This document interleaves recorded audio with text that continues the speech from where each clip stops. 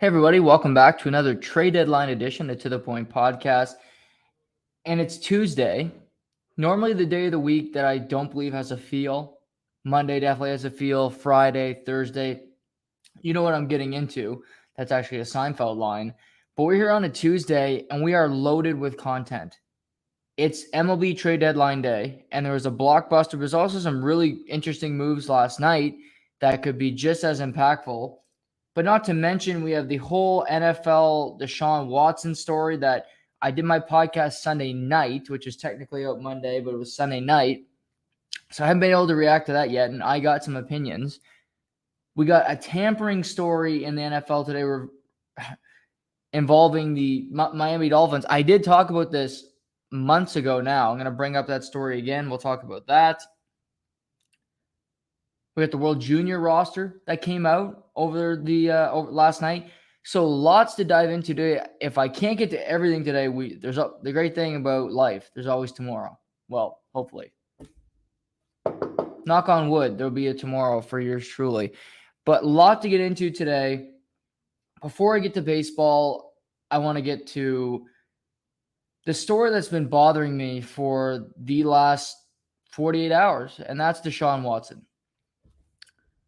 Monday morning at about 9:30, I get an alert on my phone. I have about 40 different sports apps that I get all the same alert. Don't know why I have so many apps, but nevertheless, I like to read it 3 times, so I really let it sink in because I'm not the sharpest tool in the shed. Nevertheless, I read Deshaun Watson has been suspended 6 games by the NFL with no fine. Okay.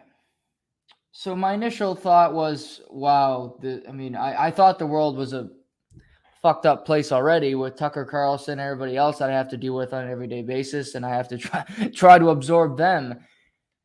But now, this is such a difficult conversation because it's so convoluted. I'm a hypocrite. I'll openly admit it. I hate, and I'm going to get to the details here. I hate what the NFL decided. I hate what this judge decided. The NFL can appeal it. We'll get to that. But I'm a hypocrite because I'm going to lament about this decision for the next X number of minutes. And I believe with all my being, I believe I'm a decent person. Believe me, I could be better. But I've never done anything like this in my life, and I think I can talk about it.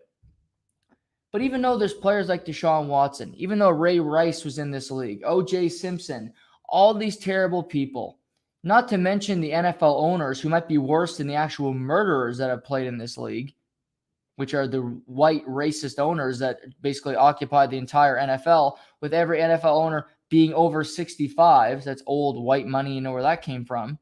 Another story for another day. But I'm not going to stop watching the NFL. I can bitch, I can complain, and I will about this system. I hate what was decided, but I am a hypocrite because I am addicted to the product. And the NFL has me by the short and curlies. It has millions and millions of people by the short and curlies because they can have these terrible, terrible people representing their league. They cannot care about 40% of their audience, which are women, by the way, which is a poll done this year. And yet people like me, and I think I'm a decent person, is still going to watch, still going to talk, still going to consume so much of their fucking product, it'll make your head spin. That is a sign of a damn good business, but it's also such a flawed one because that is the world that we're living in. That it doesn't matter what these multinational corporations are doing. It doesn't matter what they stand for. It doesn't matter what their principles are. We are still going to go and consume their product because that's what you do. I love college football. I love the NFL. The people that run it are scum of the earth, scumbags, most of them old, white, racist people. NCAA is run by a corrupt organization that's been taking money away from kids since I was a wee lad, before me. They took a Heisman Trophy from Reggie Bush because he took a damn car, for Christ's sakes, while they put billions of dollars in their pockets every year. But they got me. They got me. But that doesn't mean I can't hope for change. And that's the dilemma now, is what can we do? Deshaun Watson was accused by 24 different women of multiple crimes: soliciting prostitution, sexual assault, inappropriate touching, just to name a few. Now, I believe in life, it's one person's word against another. You need to prove it. However, when there's more than one person, when there's 24 different women from different parts of the world that don't have any connection to one another that are alleging the same thing, am I going to believe the athlete that has all the help in the world, he can pay for attorneys, he's got his team behind him, they can cover it up? Or am I going to leave the woman just saying, please believe me?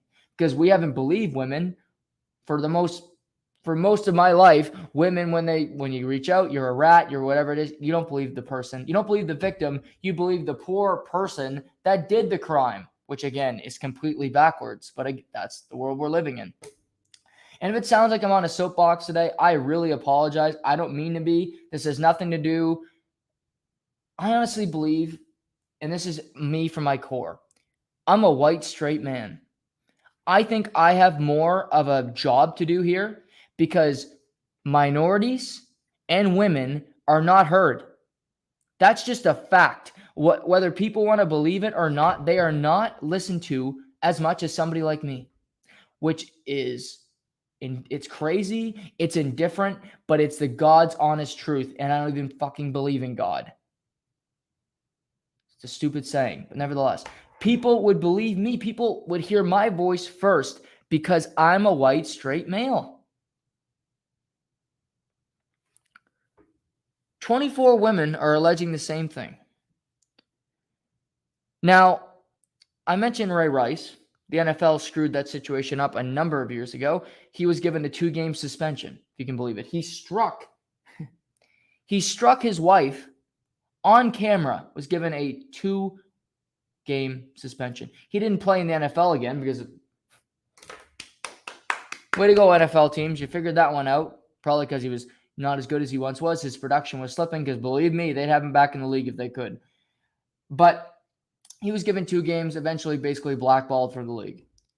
Ezekiel Elliott had one confrontation with a woman that went to court. There was actually an independent arbiter, Kia Roberts, who was then fired by the NFL, who said that Ezekiel Elliott was not guilty of these crimes. And yet he was given a 6-game suspension by the National Football League. So you're thinking 6-game suspension went to Ezekiel Elliott when there's a woman that said she didn't believe he did it. She heard the case. She heard the findings. She heard from different people. She felt the woman was crying wolf, looking for a payday. Oh, and by the way, Ezekiel Elliott did not settle out of court. He did not pay this woman a dime until he had to. Didn't pay her a thing. So this wasn't, I'm settling out of court, where if you ask me, if you settle outside of court, you are admitting your guilt. Because I know myself, I am not going to court and I'm not admitting to something I did not do. Deshaun Watson has settled outside of court with 23 of these 24 women. Paid them off. Hush money, some might say. So what I just said, I wouldn't pay somebody if I didn't do anything wrong. That just seems like simple logic to me. Maybe I'm off base. Would you admit to a crime you didn't commit? Doesn't make a whole lot of sense. But hey, people do stupid shit every day. But that's just a thought. Ezekiel Elliott got 6 games. DeAndre Hopkins, just this past April, got suspended for 8 games for violating the league's performance-enhancing drug policy. I hate PEDs. A person that takes PEDs should never be allowed in the Hall of Fame. But to tell me that you take a PED, you should be suspended more than someone that's sexually assaulted a woman, that doesn't make a whole lot of sense. And here's the pièce de la résistance. Calvin Ridley, wide receiver of the Atlanta Falcons, was given a 1-year ban for betting $1,500 on a parlay on NFL games. It's illegal. I'm fine with him being suspended because that's his own stupid ass doing it. But a year suspension for betting on games, and then Deshaun Watson is allegedly sexually assaulted, all these different crimes, these women, and he gets 6.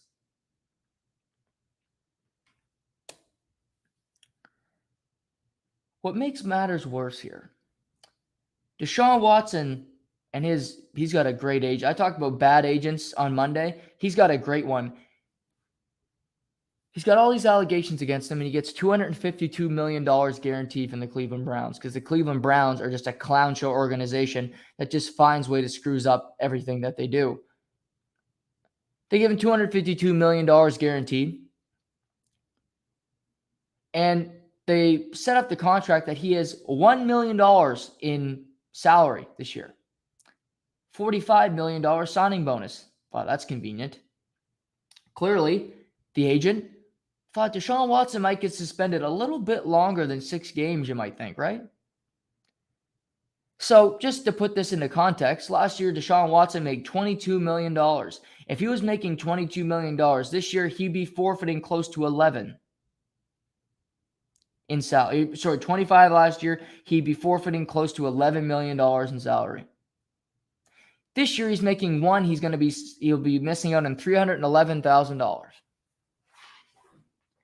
So $311,000, still getting the $45 million signing bonus. That's all guaranteed. That's in his back pocket. And he doesn't even miss half the goddamn season. Oh my God.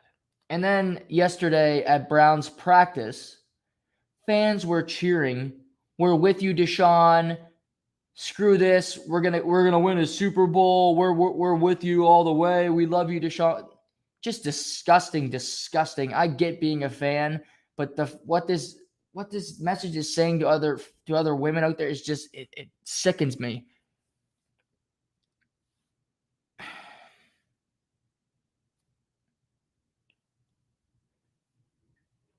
As I pause here, now the conversation's going to shift to, well, Jacoby Brissett has to start the first 6 games, and then Deshaun Watson can return. And if the NFL does not appeal this decision, he gets 6-game suspension. That 7th game is a Monday night football game. Prime time, Browns-Bengals. Wow. Monday night football, Deshaun Watson comes back, first game in a year and a half. I'm going to make this really clear. He won't be suspended the whole year. I've given up on that dream. That's just not going to happen. That's what should have happened, but it's not going to. 6 games is not enough. At some point, you have to at least pretend to care about your customers, about your client base. I know in retail, if you're not open, you can't buy it. Well, for the National Football League, maybe women will stop watching the product. Maybe women will not be consuming the NFL as much as they used to. They won't be buying jerseys. They won't buy.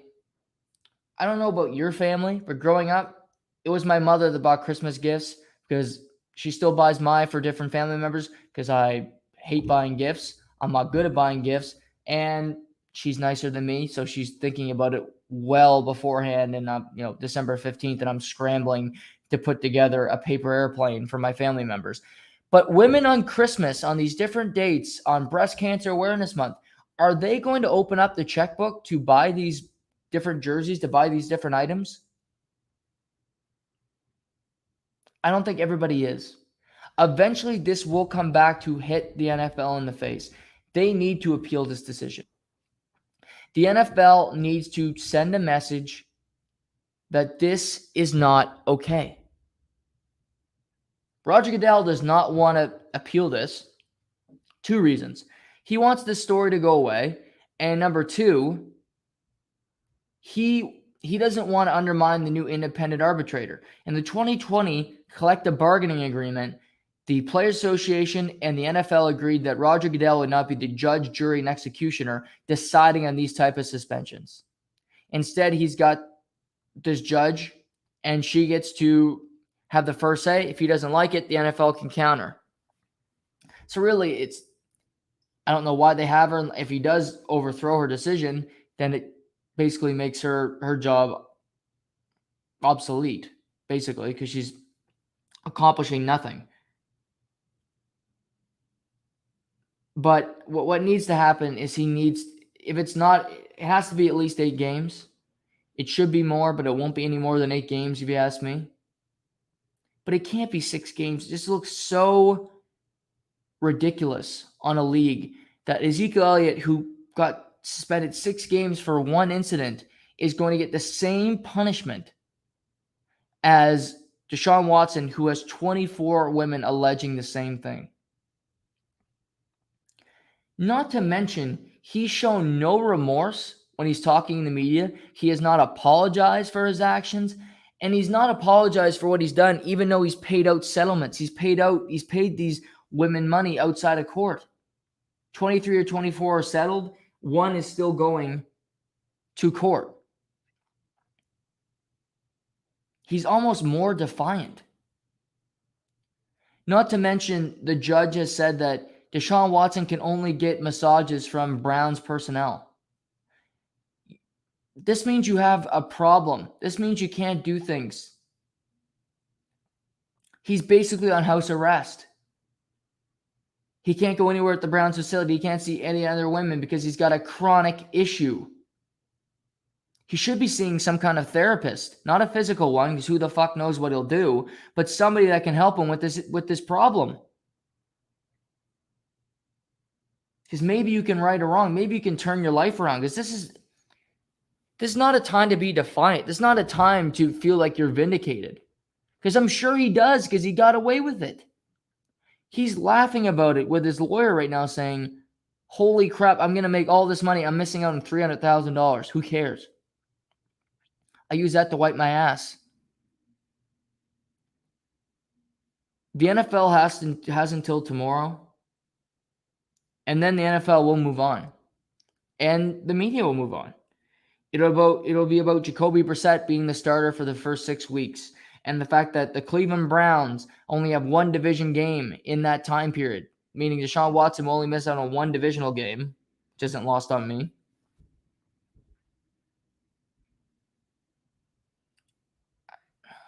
This is just really unsettling to me. I don't like the look of this. It doesn't feel right. It doesn't sit well with me morally. And yet I'm a hypocrite because I'm going to cover the NFL. I'm going to watch every game that I possibly can. And I love football. But it's not right what's transpired over the last little while here. I said this the other night, and I'm going to reiterate it. I'm not a fan of a team, but if I'm a Cleveland Browns fan, I'd find it very difficult to root for the Cleveland Browns right now. I'm not telling you how to be a fan, but what I'm saying is the fact that you're a fan of this team, you're standing behind a player of his actions being so terrible, I think you need to look in the mirror a little bit. If you buy a Deshaun Watson jersey, if you're rooting for him in the playoffs, you can't look past what's happened. Michael Vick was vindicated because he did good things when he got out of jail. I still can't stand Mike Vick because I love dogs more than I love human beings, but he did stuff to make his image look better. He got a job in media, whatever. I don't think he's that good of an analyst, but nevertheless, he works for Fox. Good for him. You can't wrap your arms around OJ. The guy's a murderer. To me, you can't wrap your arms around certain guys. Kareem Hunt's in Cleveland. He's got a bad history. He's a great running back, but guess what? He's a scumbag of a human being. So the Browns are now full of guys that have these past issues. They got ownership that sucks. But to me, I don't expect the NFL to do the right thing, but maybe this is how I should approach it moving forward. To all the Cleveland Browns fans, really consider what you're doing. Really look at it and say, would you, if that was your mother, if that was your girlfriend, wife, whomever, if this person did that to your significant other, would you be supporting this person? You wouldn't. It might be time to take a break from the Cleveland Browns if you're a fan of the team. Find a new one, put some teams in a hat, pull one out, because Deshaun Watson is not a horse that I'd want to ride right now. It's not a bandwagon you want to be on because it's full of nothing but carnage. The guy's disastrous. There's nothing good about Deshaun Watson right now. And I pray that the NFL appeals this and his suspension is longer and he's hit with an actual fine. No fine, 6-game suspension. It's a joke. It's just a flat-out joke. And the world can't move on yet. Something has to be done because in this world, you have to pay for your actions. Simple as that. If you act in this kind of way, you can't just walk away from it scot-free. That does not teach anybody anything. Teaches people that you can commit crimes, you can be a piece of shit human being and get away with it because you have privilege and because you have a team that's willing to cover it up for you. That's what it teaches you. Deshaun Watson should be suspended. And every Cleveland Brown fan that cheered at that practice yesterday should really reconsider their life and should reconsider what they're doing. It was a disgusting, despicable act, and I really have no respect for those people. That you're supporting this human being who has affected these women, these victims, for the rest of their lives, and yet you cheer him because he plays the game that you like. That doesn't change who he is as a person. That doesn't change what he did. Just because he's wearing the colors that you like, just because he's wearing the brown and orange helmet, doesn't change anything. He's still the piece of crap that did all these things. You could wrap your arms around Tom Brady because all he did was deflate footballs. Okay, he deflated footballs, you move on from that. This is much different. And I don't understand why this judge and why the NFL couldn't get a bigger suspension and send a message that this type of behavior is not going to be tolerated anymore, because it was for the longest time from the NFL and the NFLPA, and apparently it's going to continue moving forward.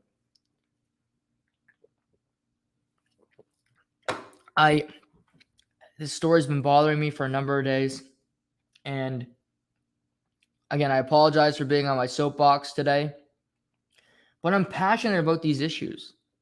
I'm passionate. I try to follow politics. I find it very compelling. I was all the way in on the Colin Kaepernick, George Floyd situation. I feel like I was on the right side of history there. And honestly, if we think about it, ladies and gentlemen, it's not that hard to be a good person. It's not that hard to pick the right argument. You can be a Democrat, you can be a Republican, but certain things should be universally accepted. That sexual assault, inappropriate touching is not okay. Is not accepted. Okay, maybe it was for your grandfather back in 1944. It's 2022 here. It's almost 2023. It's time to move the fuck on from that old age. Those times are over. Just like the treatment of minorities by police officers, that time is done too. It's a new age. It's a new time. It's time we move on, we progress, and we progress in a positive manner, not go backwards 10 feet. Because I feel like that's what happens in this life that we're living more often than not. NFL story I'm going to get to later. So we're going to bounce back to the NFL eventually because we got a lot with the NFL today. A lot of different stories. But the news of the day is Major League Baseball trade deadline and the deal that I thought this player would get moved. I didn't think the Padres would have enough. But the Washington Nationals, who have been engaged in contract negotiations with Juan Soto for the past number of months, have decided to flip their multi-time all-star talent to the San Diego Padres alongside Josh Bell, the first baseman who's having a career season for the Nats. For young shortstop C.J. Abrams, left-handed pitcher Mackenzie Gore, will be a part of the Nats rotation for many years to come. Center fielder Robert Hassel Jr. the third. Outfielder James Wood, who's been described as one of the top prospects in all of baseball. And right-handed pitcher Yarlin Susana. So the news of the last 24 hours is the Padres landed Juan Soto, the biggest name available. Josh Hader, who I didn't think was going to be moved, one of the best closers in all of baseball. And Josh Bell, a man who's been playing nearly all-star level first base this year, who's on an expiring contract. So looking at this for the Padres, they are all in. San Diego Padres are looking at their situation and saying, wow, the Los Angeles Dodgers are just better than us. The Padres have a top-heavy roster where they got Machado and they got Hosmer was actually having a decent season, although he just got flipped, which we'll talk about. And the top of their lineup was strong. Cronenworth was having a good season, but Fernando Tatis Jr. III, my favorite player in baseball, hasn't even played a game yet this season. But even looking at the team, they're starting pitching with guys like Yu Darvish, with Sean Manaea, and Joe Musgrove, who just re-signed a 5-year, $100 million deal. Mike Clevenger. They had a good roster with some big-name talent, but it was not as good as the Dodgers. Dodgers are 12 games up on the Padres in the National League West. And clearly they looked at the bottom of the roster with Kim playing shortstop and the number of guys that just didn't provide value on a day-in, a day-out basis, that they needed to make some changes. They needed to improve. And I mean, you look at it. You get a closer, which they needed, one of the best in baseball. Hader's got a 1-4 record this year with a 4.24 ERA. Although that's a bit skewed because he's had one really bad start 2.5 weeks ago. I believe it was in Boston.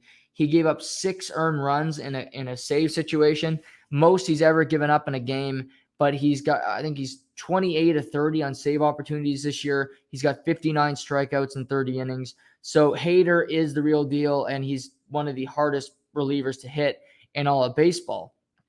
Juan Soto instantly becomes your corner outfielder who is a stud. He's the superstar. He's the next great thing. You've heard he's Ted Williams. He's a number of guys. You pencil him anywhere. Teams want Juan Soto. It's reported that the Dodgers were in on him. The St. Louis Cardinals tried to get Juan Soto, although they're unwilling to part with Dylan Carlson. But now you have Soto in the outfield. This team looks quite strong. They look like a team that can compete with the Dodgers. So I love when a team is aggressive. I love when a team is not afraid to push the chips all in. And the Padres, this is why they're doing this. They have the third highest payroll in baseball, and they are a small market team. Their ownership group is not littered with money. They're not the Dodgers where they have investor after investor, or the Yankees where the pockets just continue to fall out with money. The Padres clearly see a window, and they're willing to spend to try to win a World Series.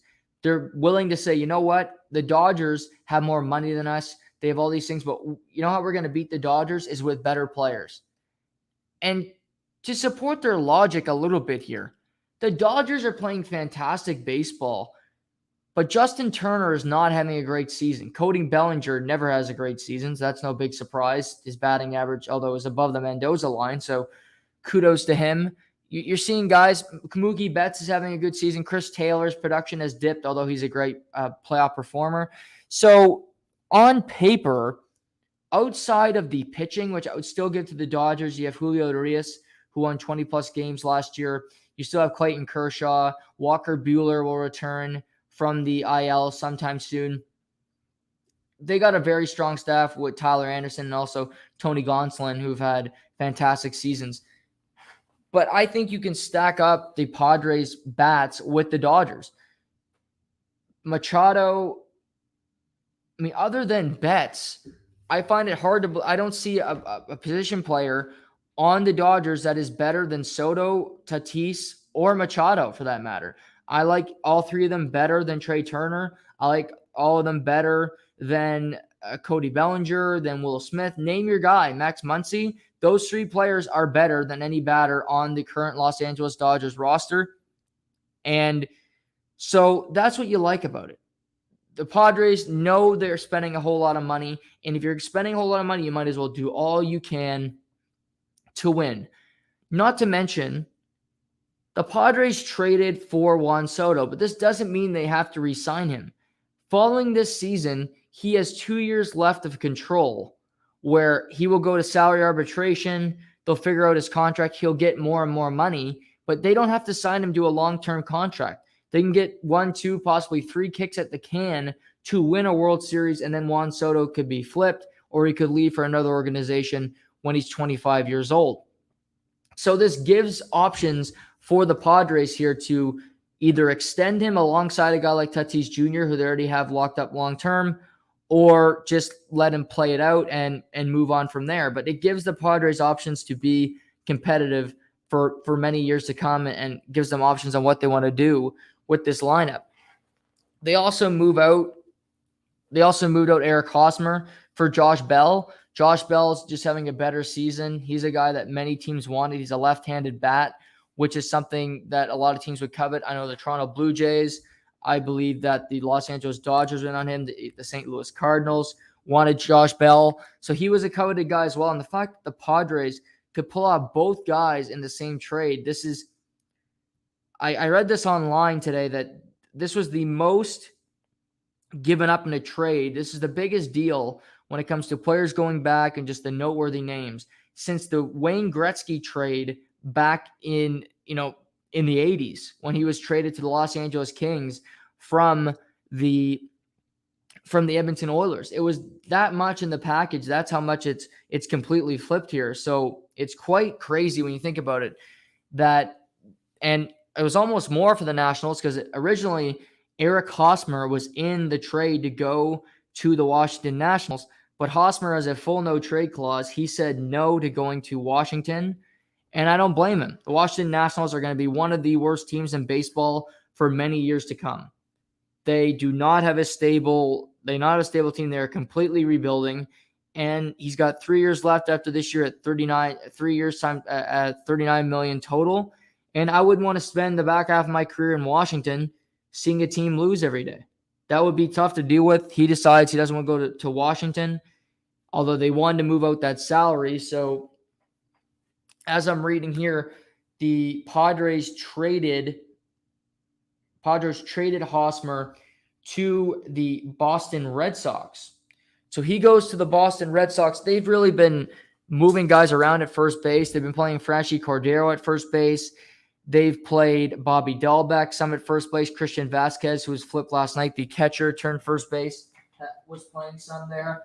So they make some new moves there. And again, Hosmer, who is used to playing out that way, played in Kansas City, so he's played in the American League. He's used to being out that way. He goes to the Boston Red Sox, where he returns to the American League, and again fills a hole. He should be playing there. He should be there every day, first baseman, where if he stays in San Diego, he really doesn't have a position for himself.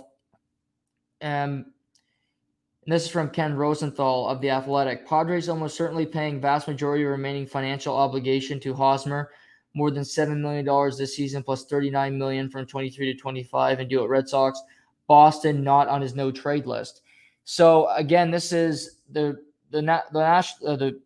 Padres moving out a contract, basically paying for him to leave, but so that they could bring in these new players. You can only have so many players on your roster, right? Hosmer was filling up a roster spot, and they basically they're making it worth his while so that he goes to Boston, paying him all that money. And I guess there might be an incentive in that deal as well, some kind of extra money to make Hosmer agree to go to the Red Sox, because like I said, he vetoed the deal to the Nationals, and they needed him to leave the roster. So that's where we stand right now. Is the San Diego Padres bring in Juan Soto, bring in Josh Bell, bring in Josh Hader, and And you see they lose Eric Hosmer. They lose Tyler Rogers, the starting pitcher, to the Milwaukee Brewers. They lose Dinson Lamlet, who's a young pitcher that they believe can be a really good one in Milwaukee. They lose C.J. Abrams, who's been playing shortstop for them lately, another really good young talent. They lose Eric Hosmer. They lose Mackenzie Gore, a guy who's pitching at the big league level right now. Robert Hassel, one of their top prospects. James Wood, the top prospect in their system, and one of the top 20 prospects in all of baseball. And Yarlin Susana. So, to me, Abrams, from multiple reporters, the James Wood and C.J. Abrams were the hardest to part with. They're two of the guys that they really wanted to keep. James Wood, and it's not James Woods, the actor, but there's the guy they both really wanted. And that, again, I credit them because they look at the Dodgers, and the Dodgers just always seem to be winning. They're 12 games up. They know they're going to need to win a wild card game. They're going to need wild card games to even get in a position to play the Dodgers. So to put themselves in the best position to do this, they get Juan Soto, they get Josh Bell, and now it's just a push for the rest of the playoffs. They got a doubleheader with the Rockies today. They'll be looking to win. They got to win some games down the stretch. They got to hope potentially they can catch the Atlanta Braves and get the first wild card spot, so you're in the best position possible.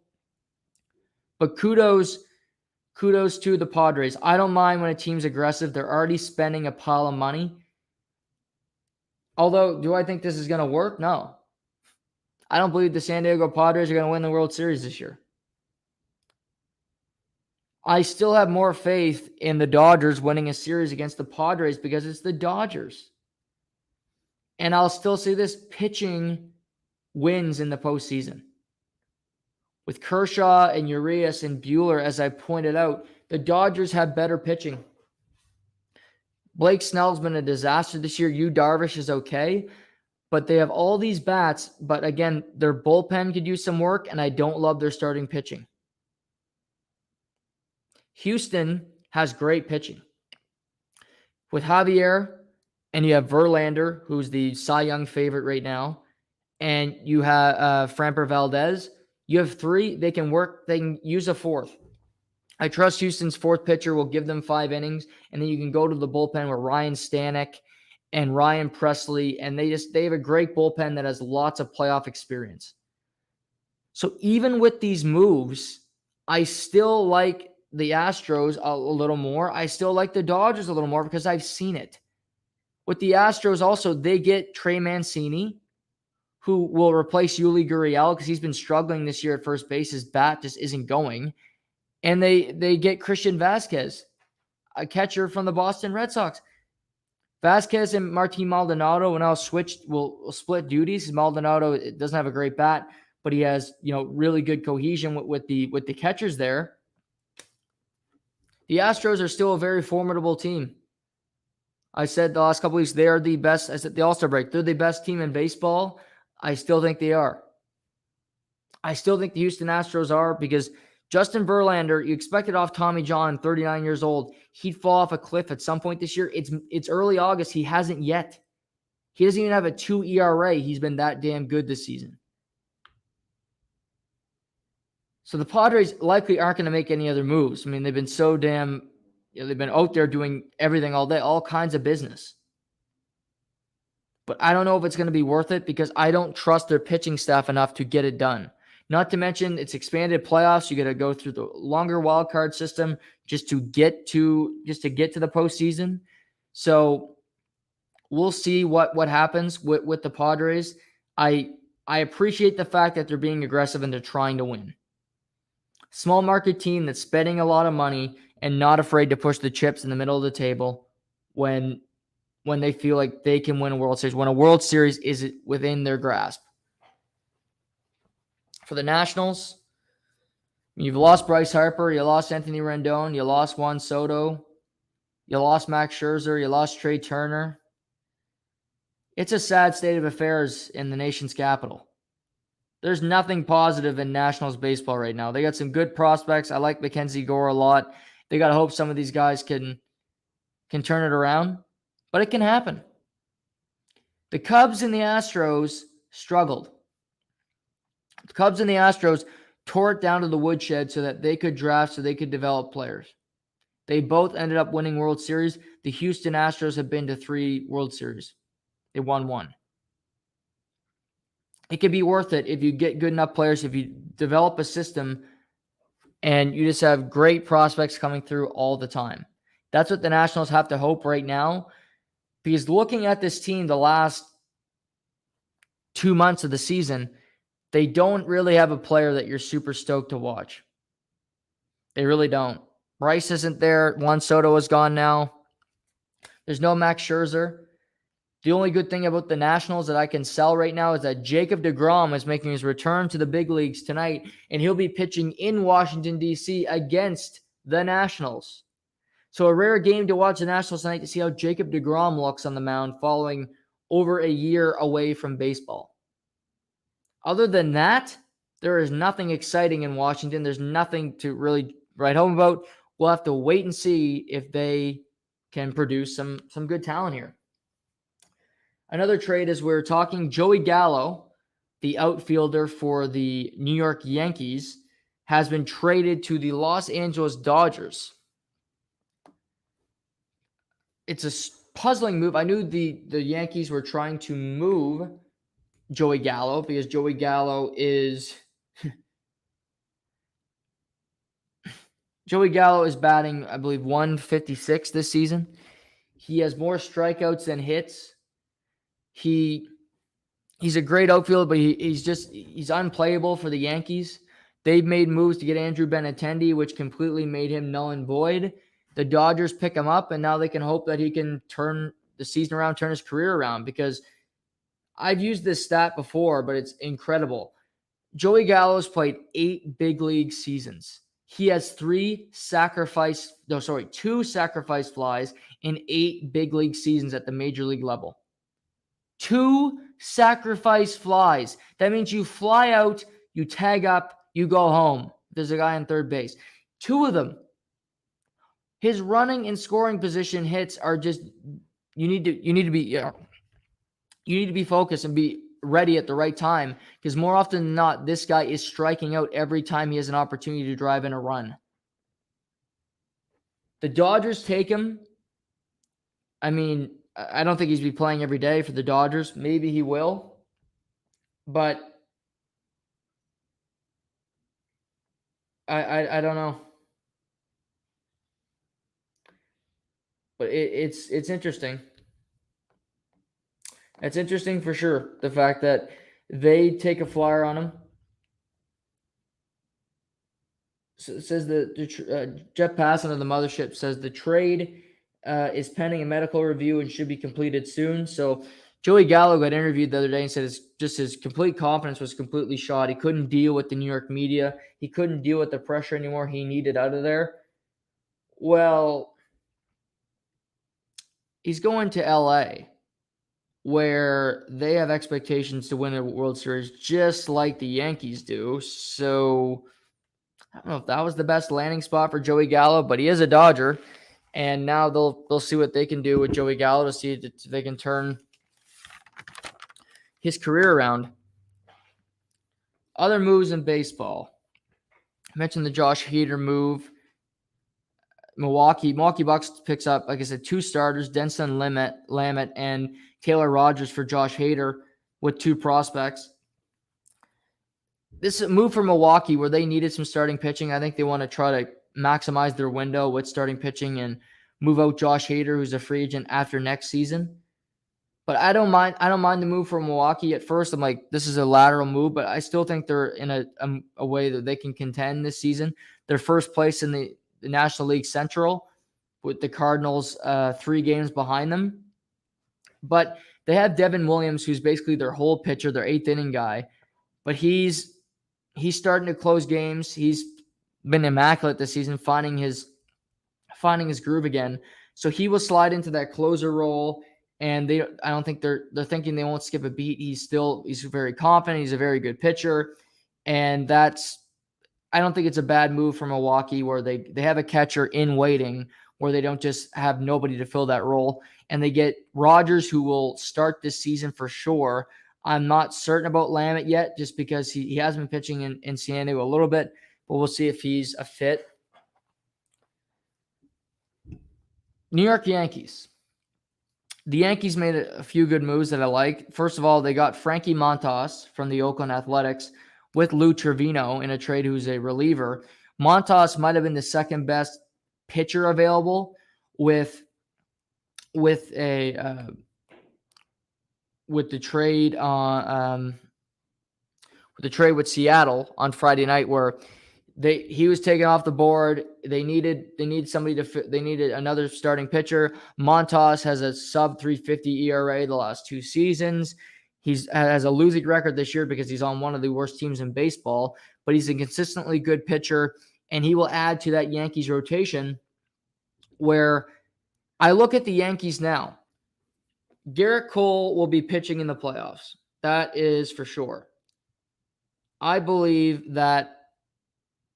And although the rest are a little more plug and play, I believe Jameson Taillon will pitch in the playoffs. So there's 2 guys. I believe they'd like to start Severino, but that's still up in the air with his health and everything else. They have Germán. They have Montas. They have a lot of different options. Nestor Cortez Jr. III.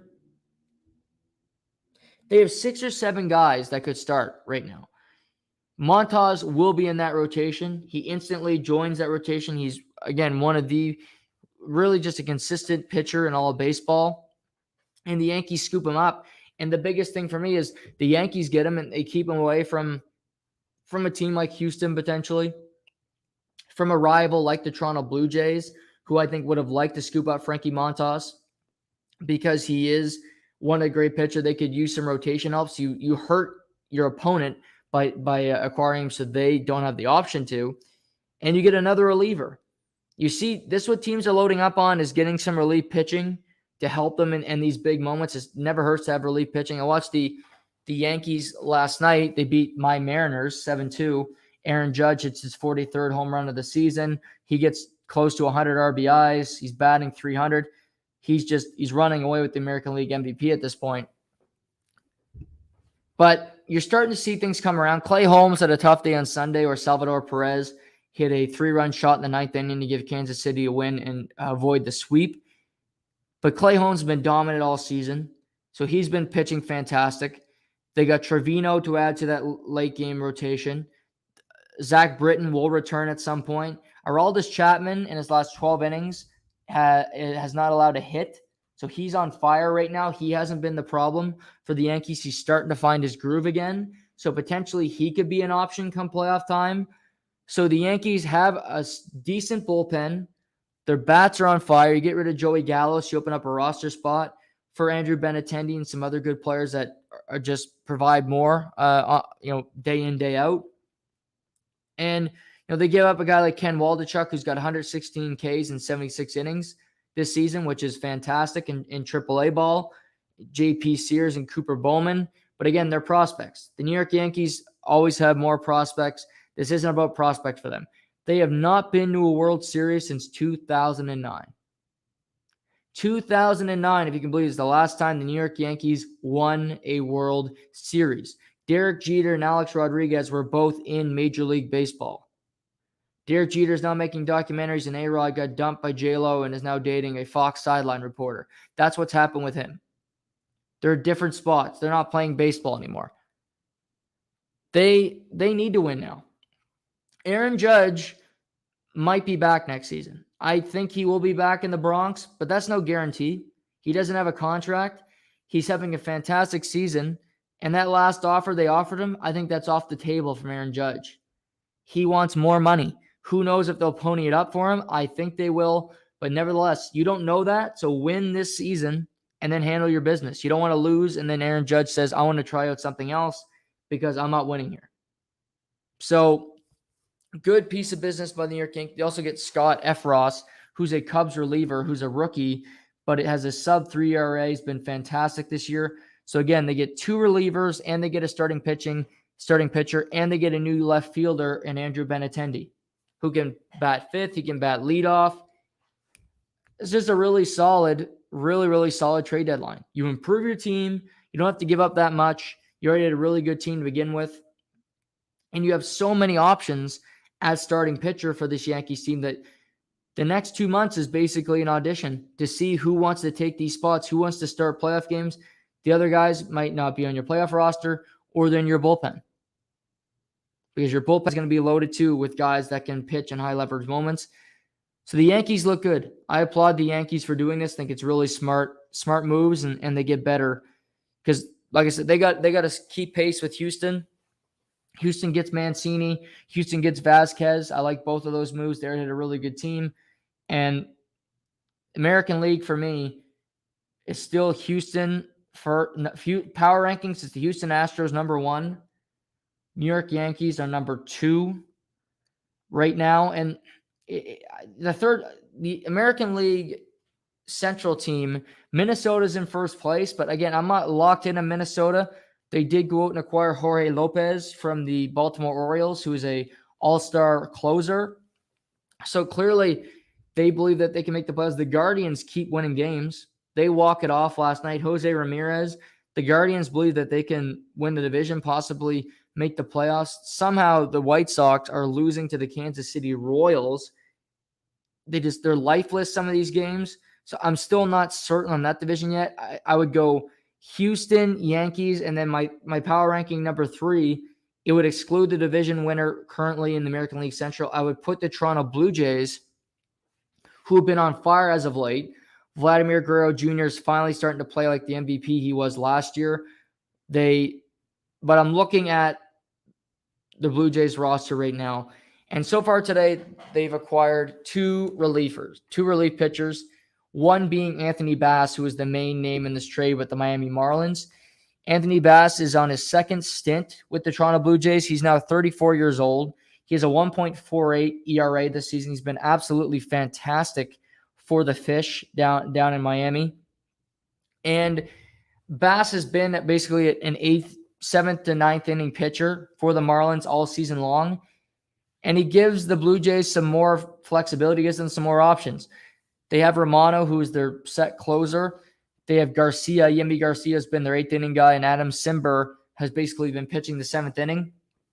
I think for the Blue Jays, the best thing you can say about this is I would go Simber in the 6th inning, because it doesn't seem like Ross Atkins and Mark Shapiro let their starting pitchers go more than 5 innings now. It's pulled after 5 innings. That's just how it works.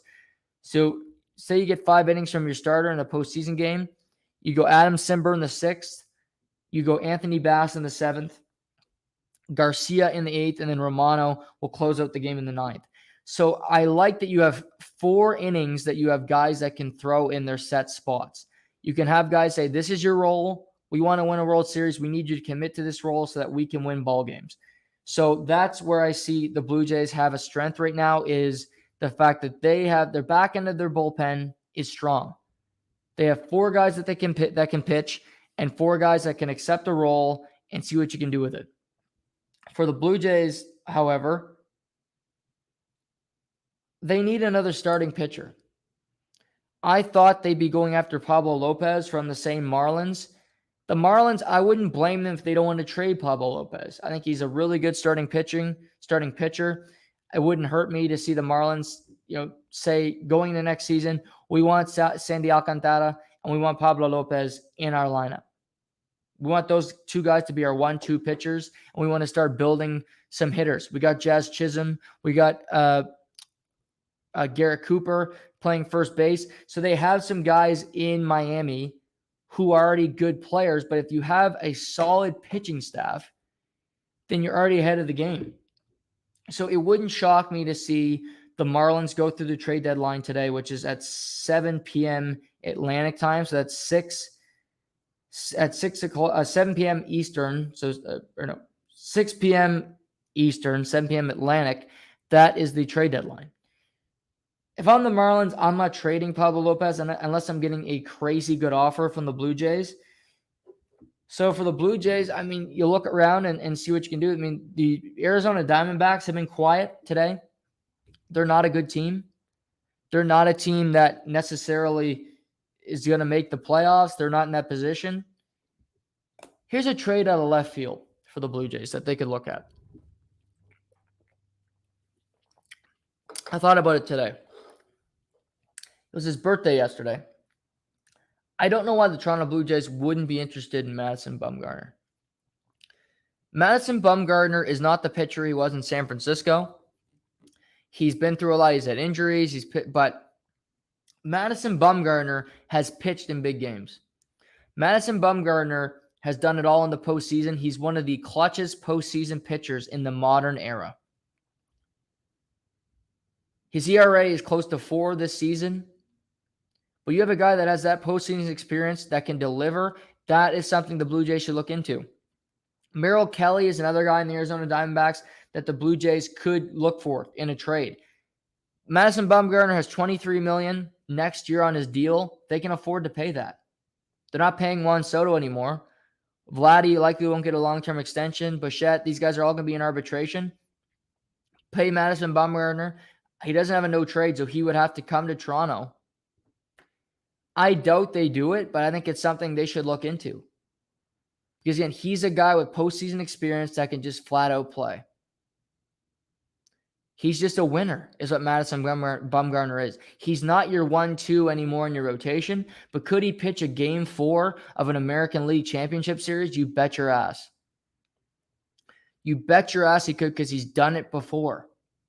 He can find that. You can pitch him in the bullpen and get some clutch outs. He brings a lot to the table. And it's something the Blue Jays should look into. If not, like I said, Merrill Kelly's with the Diamondbacks. They haven't made any offloading moves yet. Baltimore has. They traded Lopez. They traded Mancini. So they are trading away some of their expiring contracts, although they're having a great season. And they won in Texas last night. And it's interesting with Baltimore because this week they have Texas for 3. And I believe they go to Pittsburgh for 4. So they have 2 relatively easy series this week where the Rays are hosting Toronto for a 2-game set beginning tonight. That could go either way. Who knows? So the Orioles are trading away pieces. But to me, they're still in the thick of it because they didn't have a great roster to begin with. So yes, you lose a closer. Yes, you lose your starting first baseman. But I don't think the Orioles are in a win-win situation because nobody expected them to be this competitive. And if they remain this competitive down the stretch towards the playoffs, that's just money. You trade what you got, some roster players. If you stay in the wild card hunt into September, great. So I don't expect them to just fall over. I expect the Baltimore Orioles to remain competitive, in particular with their schedule right now. But for the Toronto Blue Jays, they need another starting pitcher before the trade deadline comes today.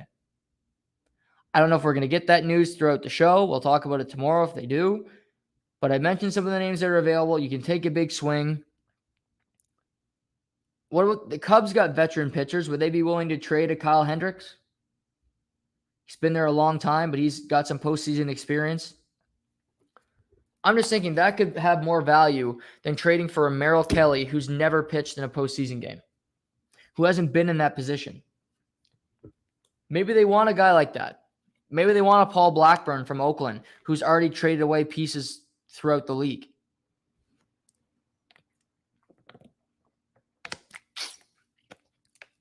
Maybe that's where they want to go.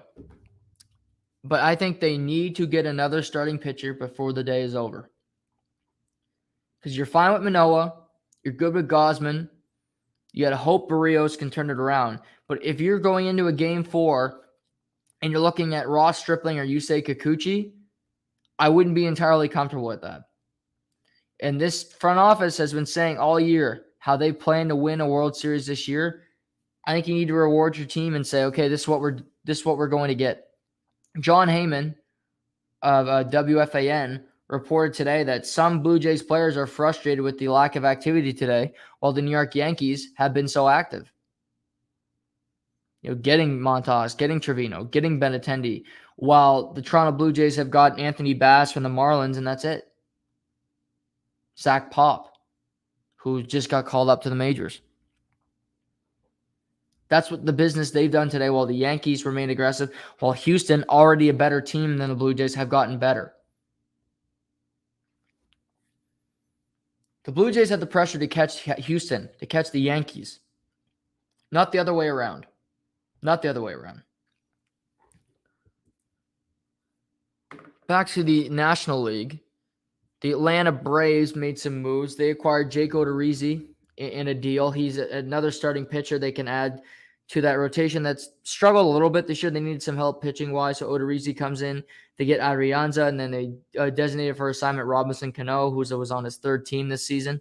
And they also re-signed Austin Riley, the National League. I think he's an MVP candidate for sure at this point in the season. He gets a 10-year, $212 million extension, $21.2 million per season. This is a good contract for the team and for Austin Riley. Locks him in long-term, but I also think it's at a number that Austin Riley will get more money on the open market. He's a guy that hits for good average. He's got power, but he can also hit lots of doubles. He's a solid third baseman. He's going to be a key contributor for the Atlanta Braves for many years to come.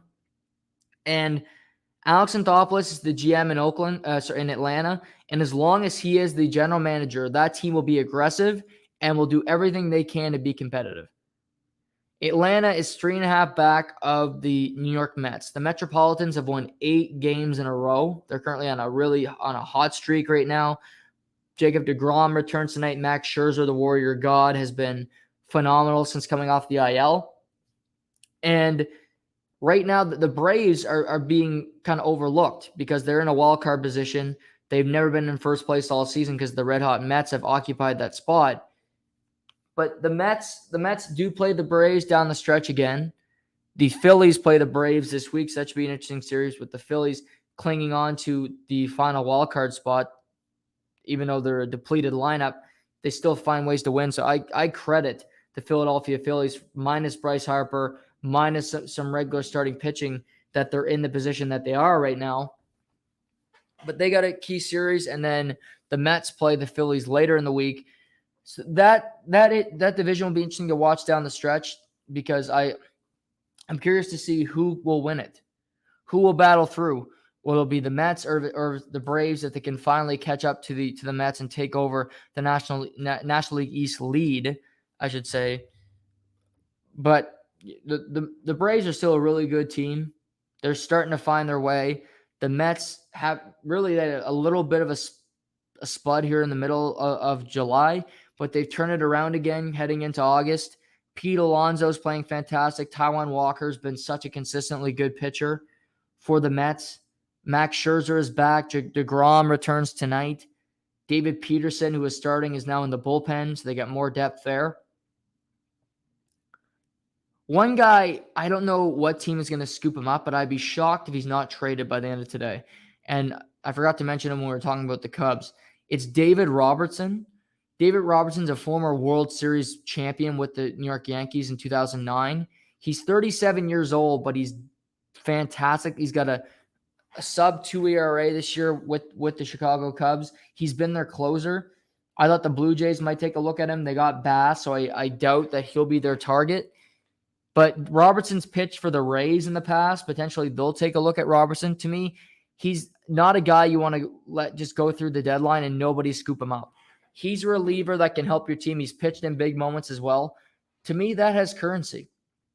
So that is something that I think needs to be looked at right now, is who David Robertson is, a guy that I think teams will covet and teams that need to make a push to get. I mean, for God's sake, Major League Baseball, don't let the New York Yankees scoop him up just because they don't want other teams to get him. They already got every kind of bullpen arm you can get, but that doesn't mean they won't go deal for him. I think the Dodgers could use him. The Dodgers, again, their bullpen's solid, but could they use another guy? They got Craig Kimbrell as their closer. He's good when he's on. When he's not, he's a frigging disaster. So we'll see what happens there. Just hearing Luke Voigt is heading, Jeff Passan of the Mothership. Luke Voigt is headed to Washington to finalize the Juan Soto deal, sources tell ESPN. So Luke Voigt is a first baseman. Formerly the Yankees, was playing for San Diego. So to finalize the deal for the Juan Soto trade, Luke Voigt goes in return. So he'll play first in replace of Josh Bell. So that deal is official. John Heyman reporting, Jays talking to Angels about Noah Syndergaard and Raciel Iglesias. Philly also has been linked to Thor, though Dombrowski isn't often a buyer or rental players. So Noah Syndergaard, who used to be a Toronto Blue Jay, he was traded for R.A. Dickey back in the day in 2013. Thor with a great first name, with great hair, like somebody else. I mean, it would make a whole lot of sense. He's not what he used to be. He's had Tommy John. He's had a lot of injuries in his past. But that would do. Raciel Iglesias is another guy that would be good in the bullpen. He's a closer in LA. You get another closer type pitcher on the Blue Jays. So interesting that the Jays are talking to the Angels. They need to get something done. They got to. That's just the way it is. It has to happen. I don't know when it will, but they need to find another starting pitcher, and that's just how I feel right now. Is they need it before the end of today. They need another guy. If I am on the air if anything happens, I will let you know. As I said, as I get new information, I read it out. We should be here another half an hour to say the least to talk about this type of news. But lots of interesting developments today in Major League Baseball, for sure. To see if I'm missing anything, but yeah, no. Jose Quintana was traded to the St. Louis Cardinals. They've been quiet. I'm not all that surprised because I don't think they're that good of a team. I like the Cardinals. I'm not so sure they're going to make the playoffs with their pitching, their injury woes right now. So I think they're a little reluctant to make that big splash. They couldn't land Soto. So now they're kind of just stuck there looking, well, what are we going to do? They get Quintana, who can be a starting pitcher for them. But the Cardinals are an interesting team to watch down the stretch just because they really don't have an identity right now, and they need to figure out where they are heading into the last 2 months of the season. I'm sure they want to make the postseason because they're in that position. They got Albert Pujols, they got Adam Wainwright, and they have Yadier Molina, who are all retiring at the end of the season. So they'd like a good send-off for those players, but we'll see if they add to their team throughout the rest of the day. Now to another NFL story that, what's so crazy too? It's Major League Baseball trade deadline day on ESPN right now, because one of my favorite follows. If you have Twitter, I recommend you following Andrew Marchand. He covers basically sports business. He covers media contracts, things of that nature. Anyway, really good follow. He works for the New York Post. Very good writer. So that's Andrew Marchand. Very, very good follow on Twitter. He wrote on ESPN 1 right now, they're talking NFL. On ESPN 2, they're talking about the NBA.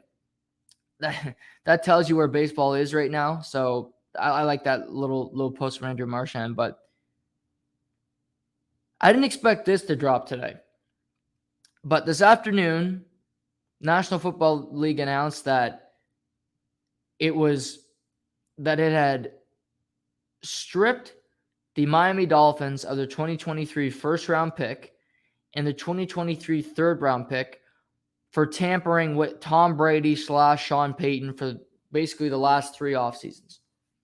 Stephen Ross, the owner of the Miami Dolphins, had Tom Brady on his yacht while under contract, and it was reported that Brian Flores would not get on the boat with, who's the former coach, the disgraced coach, who's now the linebackers coach for the Pittsburgh Steelers, would not get on the boat because he knew of the tampering rules while Stephen Ross was blatantly breaking them, as was Tom Brady.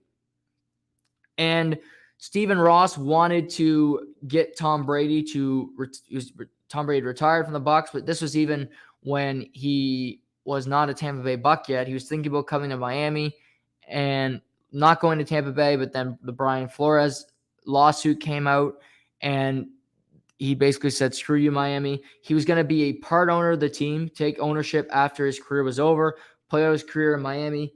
And not just that, but Sean Payton, who was under contract with the New Orleans Saints, was going to basically asked to be traded, retire, and then join the Miami Dolphins as their next head coach and coach Tom Brady. Yes, this is all true because if you recall, it was a number of months ago now, I talked about this story, how there was tampering allegations, there was rumors swirling around. And so Miami loses their 2023 first, their 2023 third, and Stephen Ross, the owner, has been suspended until October 27th, meaning he cannot attend any games at home or on the road or be at the team facilities. So basically, they're saying, it's kind of funny, they're suspending an owner for tampering. But the big news is you lose. I mean, draft picks in the NFL are so pivotal. The Dolphins had 2 firsts and 2 thirds in this coming draft. They now, luckily for the Dolphins, they have the San Francisco 49ers first this upcoming season, which was in their trade to get Trey Lance when they moved up to get him. They also have the New England 2023 third that they got in another trade. So that is where we currently stand here. And I have a couple issues with this story. Number one, Stephen Ross addressed this suspension, addressed this tampering by announcing that the NFL also did not find anything when it came to Brian Flores' allegations of Stephen Ross asking him to tank games, offering him more money to lose games. And actually, Brian Flores came out and said he was disappointed in the NFL that they didn't even look into this seriously. But Stephen Ross was prepared for this day, and he had that kind of statement just to kind of blow that away. So it's not about the fact that he was caught with his pants down cheating here. So that's my first problem. That, again, another coach is not believed here. Stephen Ross, a old white owner, gets away with it. He's one of the worst owners in all of pro sports. The Miami Dolphins have been a laughingstock for forever. I grew up a Dolphins fan. I'm not a fan of any team anymore, but my whole life, the Dolphins have been shit. The Dolphins have never been good. They haven't had a quarterback since Dan Marino. They haven't had an offense to be proud of since Dan Marino's days.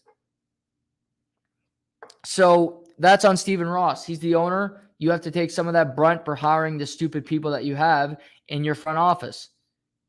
Second, Tom Brady went to these meetings.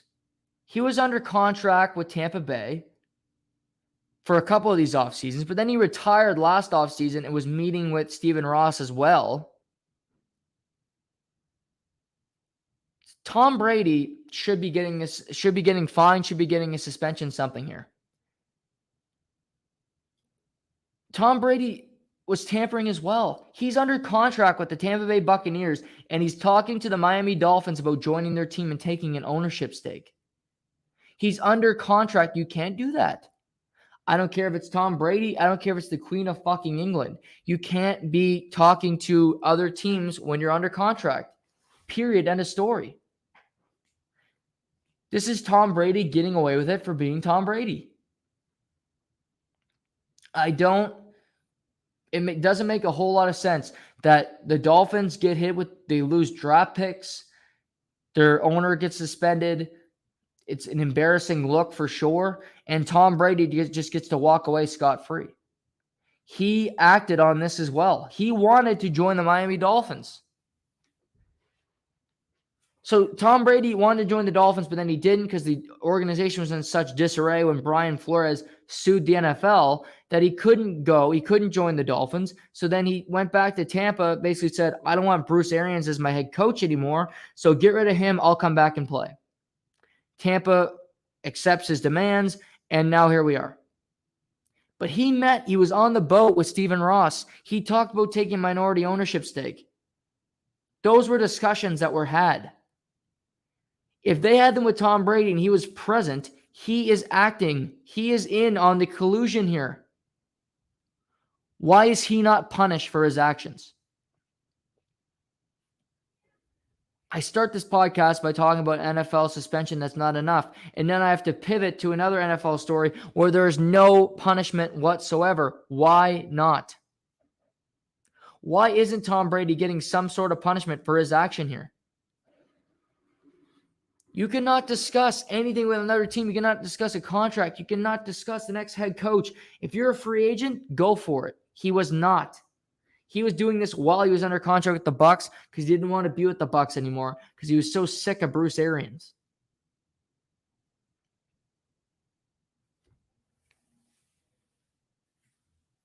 Dolphins should have lost their draft picks.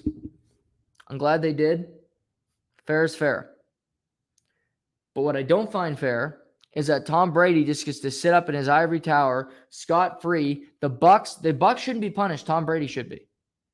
If the NFL had any balls, they would fine Tom Brady and suspend him for the first game of this upcoming season. It's one game. You're not going to miss the Super Bowl on missing one game, but it would send a message. Will they? No. If a team loses 2 draft picks, a first-round pick is invaluable because we don't know if the Dolphins can. We think that Dolphins have been one of the teams talked about the most in training camp. Tua Tagovailoa, Tyreek Hill, Jalen Waddle. This team just has all this kind of excitement. They're fast. They're fun to watch. We don't know if they're going to be any good. We don't know. They're exciting, but we don't know how good they're going to be. That draft pick could be 5th for all we know. We know over the last number of years that the Miami Dolphins normally, their expectations normally go and not up. That's what we know about the Miami Dolphins normally. But Tom Brady should be fine, and he should be suspended the first game of this season. That's what I would do. But he's the golden boy. He's Tom Brady. They won't. Stupid. Why have these rules? Just let everybody talk to everybody. Have a meeting in the middle of the field at halftime. Pull up some board chairs. Get Tom a big seat. Get Giselle, get the kids, the nanny. Bring them out there. Stephen Ross. Plate of pesto, maybe some caviar, whatever the hell Tom's in the mood for. These avocado ice cream. Have a little meal. Shoot the shit. Talk about contracts. Talk about ownership. Tom can ask Stephen Ross when he's going to die so he can take over the team. Be forthright. Be honest about your questions here, Tom. Anyway, stupidity runs amok. Stupidity wins again. But I don't understand how a team who should be suspended, the owner should be suspended for multiple reasons. He should be kicked out as owner for tanking games because I firmly believe he did that. I firmly believe he did it, but they won't look into it because Roger Goodell's got to protect all the owners because that's his job. He's a lackey. I get it. He's a strong man. He's got no backbone, whatever. Good for Roger Goodell. He gets paid a lot of money to have no spine. Good for him. But that doesn't mean if a team is punished, which they have been, why isn't the player? Because 46, 47-year-old Tom Brady, old-ass man. Come on. But nevertheless, maybe my ideas are just crazy. Maybe it's just like fair, and I mean that's not the world we're living in. So maybe I'm the stupid one here that's just thinking that things can change and it never will. Maybe I'll learn one day. I'm looking now. As we were talking about this player just a few minutes ago, the Philadelphia Phillies have acquired right-hander David Robertson from the Chicago Cubs. Sources tell ESPN. That's from Jeff Passan. So David Robertson is going to the Philadelphia Phillies, which good pickup for the Phillies. They were a team that to me they're right in the mix for a playoff spot. They got Harper, they got Schwarber, they got Castellanos. They need to make moves to make the postseason, quite frankly. In my mind, they need to keep making these moves to keep getting better. And David Robertson helps them. He's a guy that's pitched in big moments. He's won a World Series. He was a closer in the 2009 World Series, if you can believe it. It was that long ago. But David Robertson goes to the Phillies for some prospects. But the Cubs have been dealing some of their relievers who have had good seasons. Some of the few players that played well this year. The Phillies have also acquired center fielder Brandon Marsh from the Angels. Brandon Marsh is a guy that can play left field. He can play center for the Angels. He now goes to the Phillies, where I think Marsh will join that outfield. Schwarber now will likely just be their everyday DH. He does play some in the field. Marsh normally plays left field. I like him in left. You got Vierling, who can play center for this team. They can move some things around with the Phillies, again, making some moves here. So some moves are pouring in. As I said, things are happening all the time when it comes to these moves. But obviously the biggest move of the day is for sure the Juan Soto trade. Like I said, there are some good moves.